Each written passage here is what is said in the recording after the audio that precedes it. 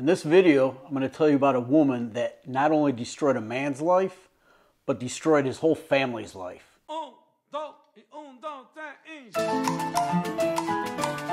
What's up, guys? Greeny. I've been putting some stories out there, true crime stories, scamming stories. Most of them have to do with things that happen in Thailand or related to people from Thailand. In this video, I'm going to change it up a little bit. I'm going to tell you a story that is a case I handled in the United States. I asked you guys if you want to hear any of those stories, and some people said they did. Some people even said, hey, do it every Sunday, make it Scam Sunday.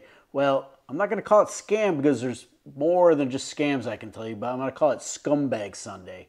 So welcome to Scumbag Sunday. If you're new to the channel, my name's Brian. My friends call me Greeny. I'm a retired police officer, and I was a detective at one time. I handled investigations, mainly identity theft, fraud, embezzlement, those type of cases. I'm retired now. I live in Thailand. I do a lot of travel videos, information videos about Thailand. I think I'm gonna do this little Sunday theme, Scammer Sunday, Scumbag Sunday. This is both. She was a scumbag and a scammer. When you're a police officer, there's certain cases that kind of just stick in your mind, and this is one of the cases because it was kind of a complex case, and the suspect was not somebody that you would think would commit this type of crime.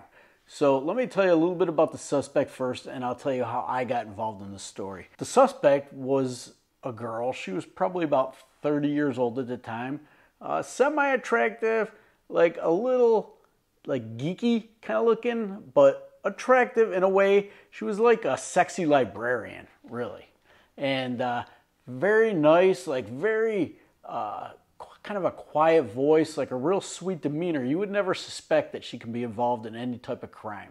So back in the year 2000, I was an investigator. I investigated fraud, embezzlement, those type of things. Well, the police were called to a scene, and a gentleman who owned a business wanted to make a police report about one of his employees possibly being involved in embezzlement, and it was his bookkeeper. The company was like a fire protection company. They certify fire extinguishers, they set up sprinkler systems, alarms, all that type of stuff. So it was basically like a fire safety systems company. He didn't let her in on that he knew she had done something wrong. He made a police report with the responding officer that he received a call from the bank. A teller, for whatever reason, got suspicious that this employee of his was trying to cash a check for $2,800. And it wasn't like a usual payday. It wasn't like a Friday or anything. She, for whatever reason, just felt suspicious about it and called the owner. And the owner was like, I didn't write that check. She shouldn't be cashing a check today. So he called, he made a police report. And when the girl arrived back at the office, he didn't say anything to her. I don't remember if the lady gave her the money or not. She was trying to deposit an account. So they called me out to the scene. First I stop at the bank. I talk to the teller. She tells me what's happened, gives me the check. I look at it. It's made out to, we're going to call the girl Paula, for $2,800. I take the check back to the business, meet with the owner. He tells me what happened. He's like, I don't know what's going on. She tried to cash this check. I didn't write it. You know, can you talk to her? I want to press charges, whatever. He was dumbfounded. They told me that this girl had been the bookkeeper there for 4 years and is a trusted employee. She basically handles all of his finances for the company. And he didn't know what to do. He's like, I don't know how much money she's stolen from me. She wrote in the ledger that it was for some other company or something, but she had the check. I talked to her and I'm like, hey, your boss didn't issue this check. What are you doing trying to cash it? And she said, well, I needed the money for this or that, and I've only done it a few times. I got that out of her. So I'm like, well, how much total do you think you've stolen from your boss? And she said, I've done it a couple times, you know, maybe around $10,000. I let the boss know what's going on. The interview was a little bit more lengthy than that. I mean, I'm trying to get as much information as I can. And usually in a case like this, they really downplay the amount that they stole. So if she's telling me she stole $10,000, I'm thinking it's going to be at least double that, maybe triple that. Who knows? Talk to the boss, like, what do you want to do? He's like, I want her arrested. He goes, I don't know what's going on. You know, this is crazy. You know, I don't even know where to start. If you don't mind taking a second to subscribe to the channel and liking this video, it really helps push it out in the algorithm. Last time I asked you guys to do it, I got like 5,000 new subscribers from one video. I can't tell you guys how much I appreciate it.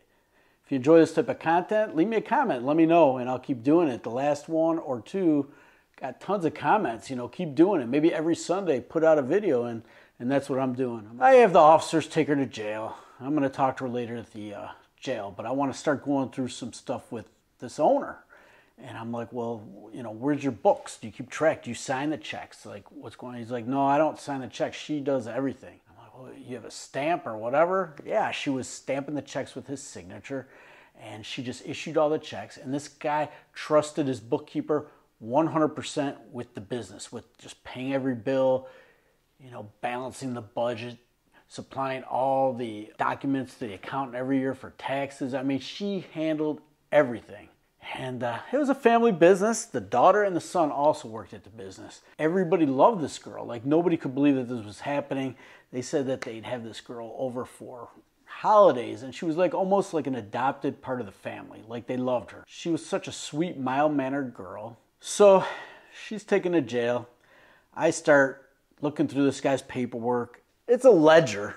And I'm looking through the ledger of what all the checks are written for. There's nothing written to the girl. I mean, she gets a regular paycheck.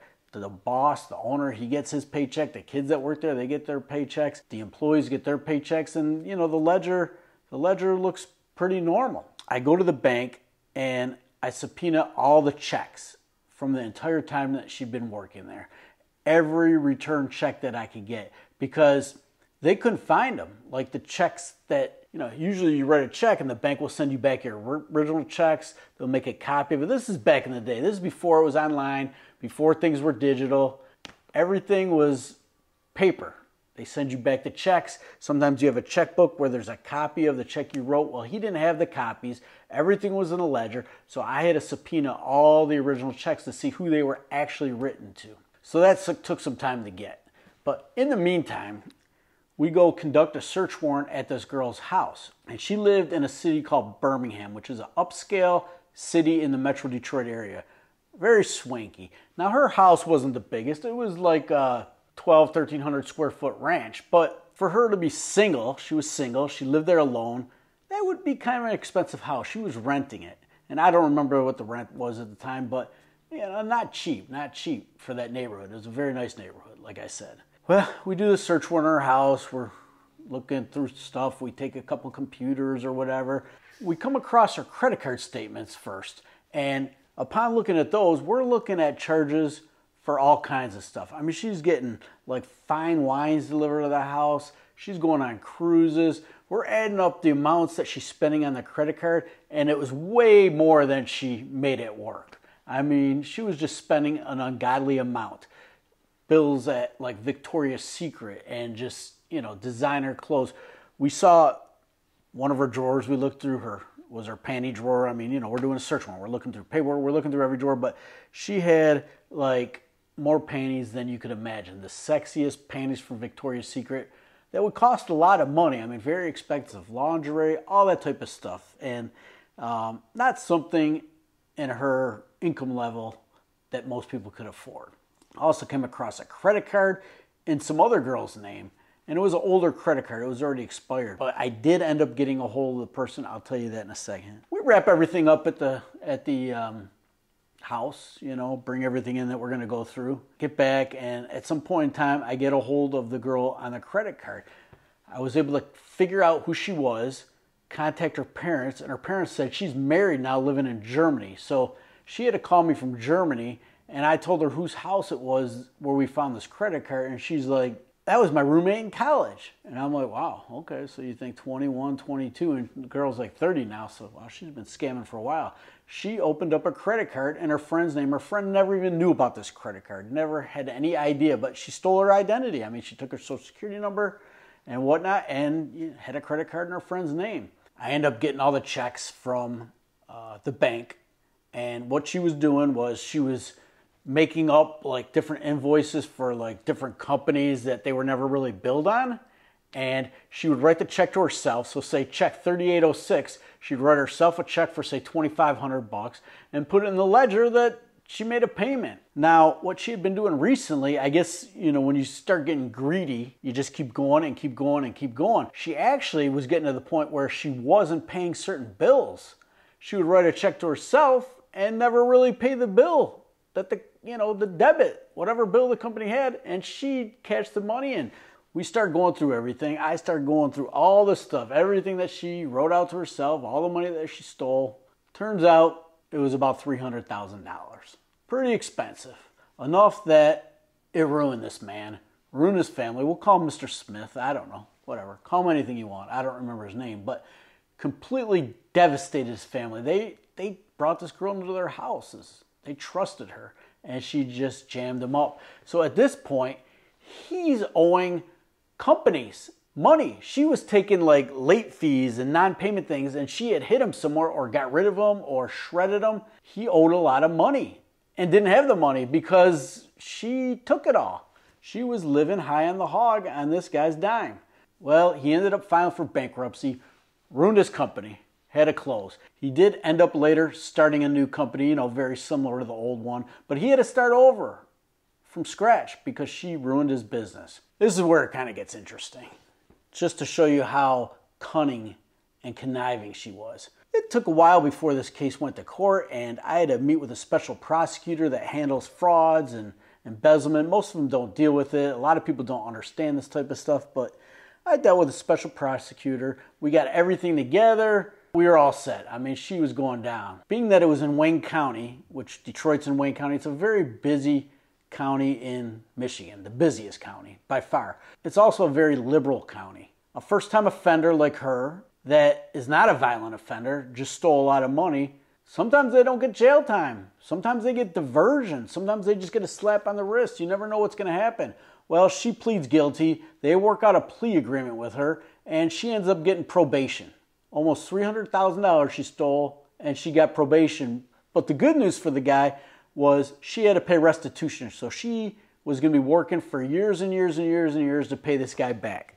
You really think people like this pay money back? They don't pay money back. They just keep going and going and going and stealing and stealing and stealing.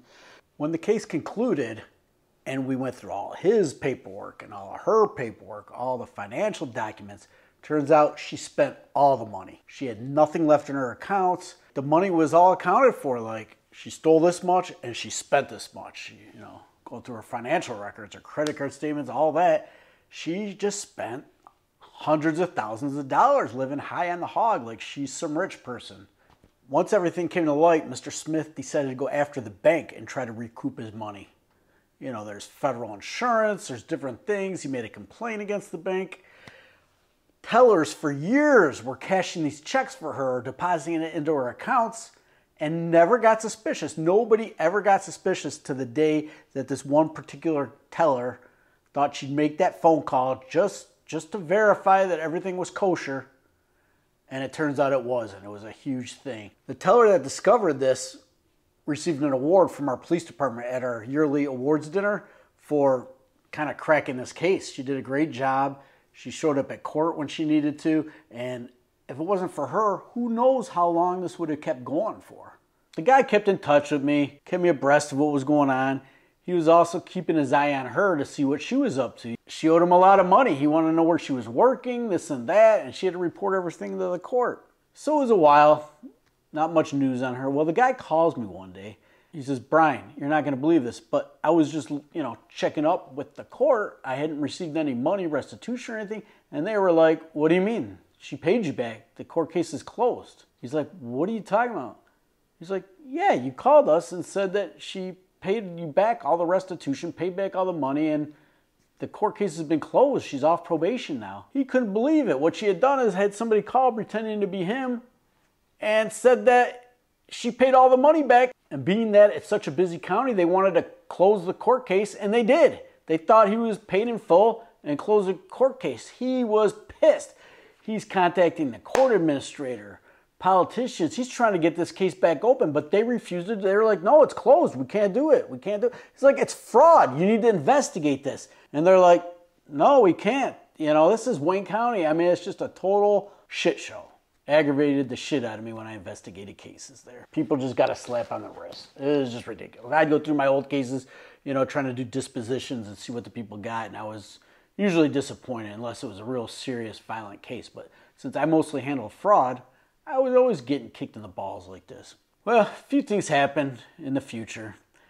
He had found out that she got a job. I'm not going to say where. It was like a non-profit or a charity type place, and pretty well-known business in the Metro Detroit area. You know, well-known charity, non-profit. You know, I called them just to verify that she had done everything correctly when she applied for the job, and she used actually Mr. Smith, her previous employer, as a reference and never said anything about her criminal history. Like I said, he actually gave her a reference, and I talked to the manager there, and she was like, yeah, I talked to the guy on the phone. He gave her a great reference. And I'm like, well, you didn't talk to him because she stole from him. She stole all this money, and he prosecuted her, and this and that happened. And she's like, no way. I can't believe that. She checked into it and like, oh my God, I can't believe that we didn't do a criminal history check and checked her to be a bookkeeper here. That's how trusting people can be. And she was good. Like I said, she was cunning. She was devious. She was really good at this. I mean, I've never met anybody or interviewed anybody that was just as good as her. She was a professional thief.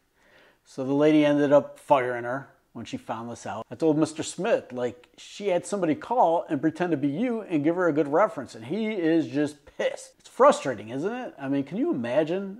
Like, somebody robs from you, and then they're having somebody play your part, giving her references on the phone, pretending to be you. And she just never got what she had coming to her. But that changed later down the line. This guy kept in touch with me, and I think it was about 4 years later. I wasn't even a detective at the time, but he got a hold of me at the police station and was like, hey, you're not going to believe it. You know, you need to check out this newspaper, whatever. And she ended up getting 4 years in prison for another place that she scammed. She was working somewhere, and it was in Oakland County, which is a different county, and they're much more strict on crime there. You don't get as much of a slap on the wrist as you do in Wayne County. She did the same thing and got busted in Oakland County, and she ended up doing some jail time on it. You know, with good time and everything, who knows how long she did, but she tried it again, and this time she did some jail time. Like I said, if you guys liked the video, give me a thumbs up, make sure you subscribe, and I'll see you in the next video. Greeny out.